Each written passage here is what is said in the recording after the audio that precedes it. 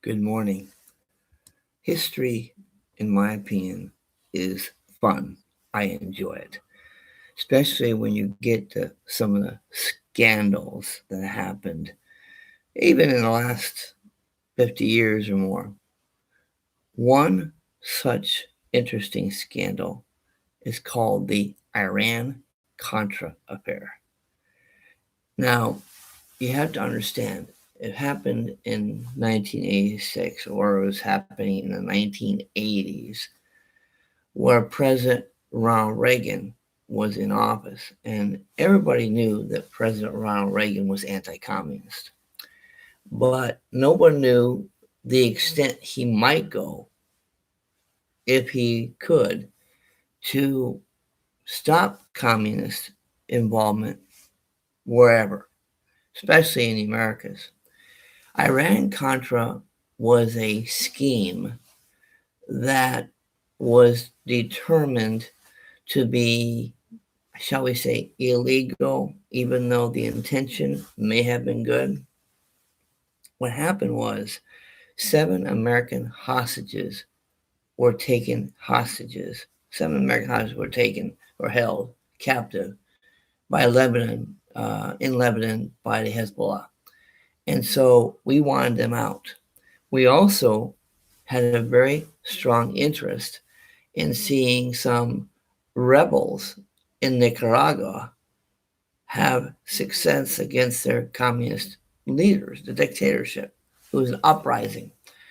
The only way they could is that they could get the supplies to overcome the leader.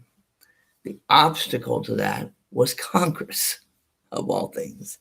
They had passed what was called a Boland, Boland Amendment, in which monies were not to be authorized to help these individual rebels. Why? It was just typical. The Congress was Democrat controlled. Uh, uh, Tip O'Neill, I'm forgetting Tip O'Neill's first name. I don't know why. I can't remember his first name. But anyway, he was Speaker of the House, and he was from Massachusetts, and he was liberal Democrat, and he and Reagan clashed on a lot of things. Reagan and conservative. Thomas P. Tip O'Neill.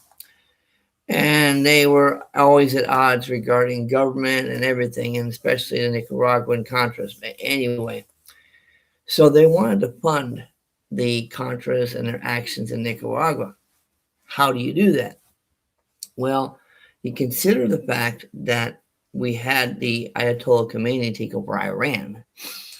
Iran was the country that had our hostage for a year, 400 to over 400 days.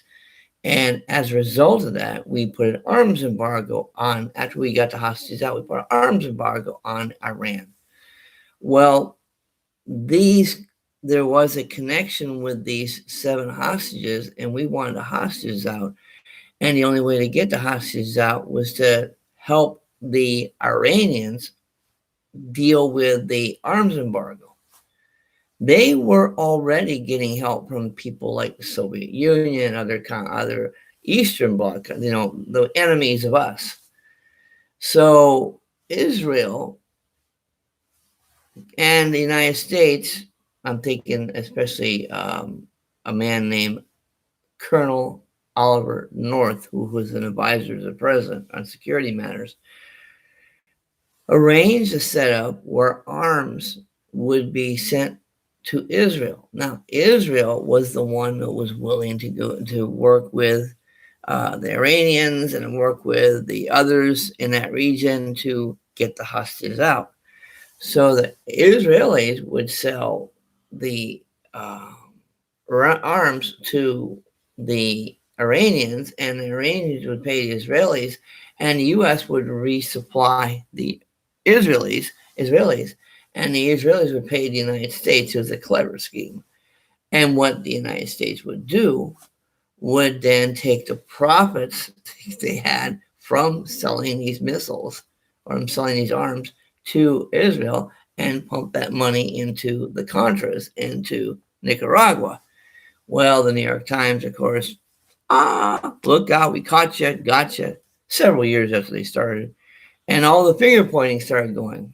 And of course, the main aim of Congress was to say it was Reagan's fault. Well, every investigation suggested that if Reagan was aware of it, he wasn't making it obvious. And he denied knowing about it, of course. President, of course, always denies knowing about it. And so President Reagan could not be determined to have known anything about it, but Mr. Oliver North was determined to know something about it. So there were some indictments, but the whole scheme was fascinating. We wanted to pay off we wanted to get the hostages back. The 7 hostages were taken. We also want Israel to have their dealings with Lebanon and Iran. They wanted to deal with the Iraq situation. So, because remember what happened, Iraq had invaded Iran, and Iran needed help on the missiles. And so the only one they could get help from was Israel. And so it just was a convoluted mess, even though everybody was publicly saying, we are enemies of each other. They're dealing cards underneath the deck. So it was very underhanded, very stupid, very illegal. And yet at the same time, some people who supported the idea of defeating the communists in Nicaragua were saying, hey, congratulations. It was a scandal that most people scratch their head and say, is this really a scandal? Because yes, the Boland Amendment said you can't supply the communists or you can't supply the rebels in Nicaragua. And it's why the reasoning for the Boland Amendment, we don't want to get involved. Well, we want to get involved, and President Reagan wanted to get involved because it was communist influence. They didn't want communist influence in Nicaragua and South America. So anyway, always a debate, always a contrast, or always a tension between the president and the Congress, especially if they're different parties. But Iran-Contra was really one of those scandals that, unlike some other scandals, was almost something you could write cartoons about and laugh at. Now, I know I'm taking it from my position, but it's still, even the people that didn't like what happened, look at the scandal like, who came up with this scheme?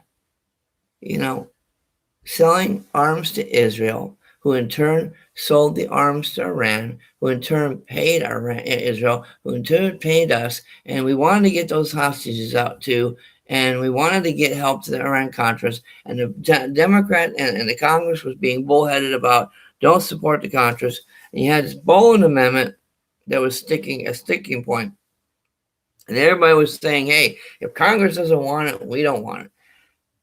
I mean, think about that in terms of being a scandal.